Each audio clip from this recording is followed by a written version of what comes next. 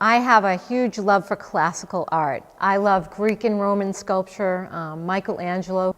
I'm a graduate of Montserrat College of Art, and the school's rather abstract. You know, you study the classics, but then you're taught to kind of break away. And I went there bent on, I was going to carve stone like Michelangelo. I really wanted to carve stone, and then, you know, something happened where in my family where someone died from a heroin overdose, someone who we all really, really loved, and I wanted to do something. You know, I wanted to do it about the addiction and what I've always seen about that, and I just started to work abstractly because without saying, yes, he died from a heroin overdose, I could make a painting that just really, you know, conveys the consuming nature of addiction. And the painting, it's a series of paintings called The Fury and the Hope Within. And it looks very fiery, but there's some really beautiful blues within there, and that's the hope. And I find that, you know, within addiction, there's always hope. There's always hope for people to get better. And amazingly enough, people understood it. They didn't look at it and go, that's about addiction, okay. They're like, wow, that's, you know, that looks really like that's consuming something. It looks really chaotic. From that point on, I just kind of let go. And from letting go, that's where my work got really abstract, because the abstract work, well, the work that I do, not every artist, but the work that I do, it's all about emotions, and emotions are abstract. I had a lot of really great professors there, Bart Uchetta, Judy Brown, and they were just really, really encouraging. I grew a lot. It really, as resistant as I was to a lot of the ideas, I was also willing to put my resistance behind me and just, you know, the good thing about being older and going to college is I wasn't so attached to my ideals, you know, like this is the way I want to draw. And, I mean, I knew I was going to college to learn something different, and I was able to let go and do that. I moved from two-dimensional to three-dimensional because basically I've been doing two-dimensional most of my life. I mean, I've been drawing for as long as I could remember. And I always, when I was younger, I did like to do little clay sculptures, you know, but I was primarily, you know, into drawing and painting, and, you know, after a while it's just boring, and I just wanted to go to the next level. The subjects where I get my inspiration from is just, you know, things I see in life, things I've been through. I do a lot with relationships, and not just love relationships, just people relationships, you know, how people interact with each other and how people interact with the world around them. So again, a lot of it is just personal experience, my relationships, but also other people's relationships that I've seen.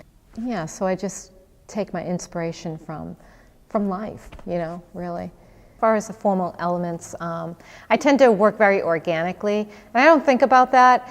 It's just the way it tends to come out. I'm a runner. I run all the time. I love running.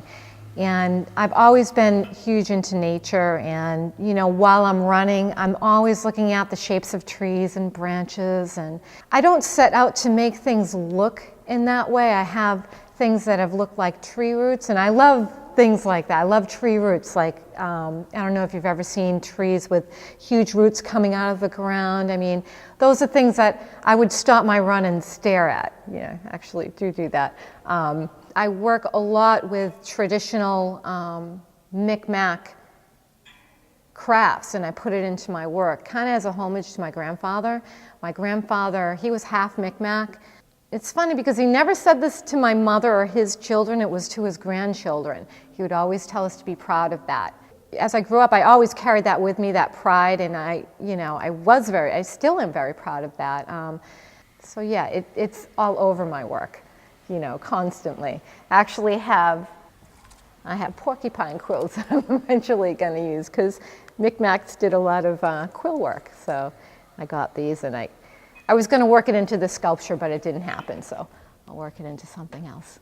It's great that Malden has become this, it's becoming this artistic center. You know, it's like I finally fit into where I was born. So Windows Art Malden is just, it brings a lot of beauty to Malden, you know. So that's one of the shows. We had Malden, I think it was called Malden Contemporary. It's going back a couple of years. And that was a big group showing. And Santee, who is really amazing and really quite responsible for getting the art scene going here in Malden. She's very, very driven. She's very inspirational to me. She's great. She started, that's why this gallery was built actually, was for Malden Contemporary. So I was in that with my sculpture Paradox, and Paradox is my first abstract sculpture that I made.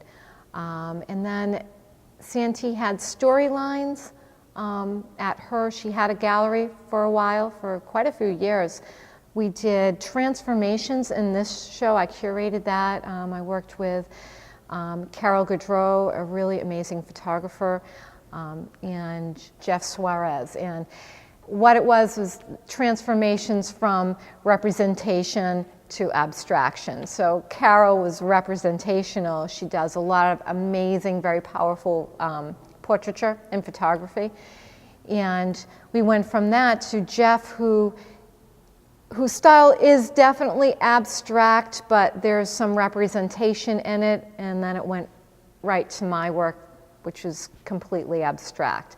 And the way we set it up was really cool. Instead of just having like, this section is Pamela Sheridan's, and this is Carol Gaudreau's, and this is Jeff Suarez, we did, each wall had some of our work, and it went from representation all the way to abstract, and it did that all through the show.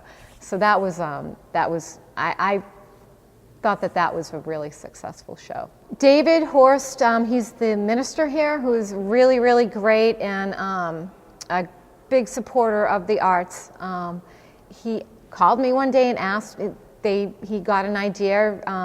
They have this winter arts program going on through the winter, and he just thought it'd be great if he could get an artist in residence. He called and asked me if I wanted to do it. And it was great because it was right as I came up with, I think a couple of days prior, I came up with this idea of the sculpture that I wanted to start. So it was, it gave me the space to do it. And my sculpture is about vulnerability, you know, and having strength and being vulnerable, but at the same time help people exploit other people's vulnerability. So it's a very loaded, it's got a lot of different meanings going through, but they all tie into that, you know, being vulnerable, being physically vulnerable, which I just found out lately, you know, it doesn't take much to hurt somebody. A lot of times on Sundays, we have open hours on Sundays from 12 to 2, and people will come by and just ask me questions about it or give me feedback about it, you know, and I like that. I like when I love to see people get interested in whether it's my art or somebody else's art, just the arts, you know, it's great.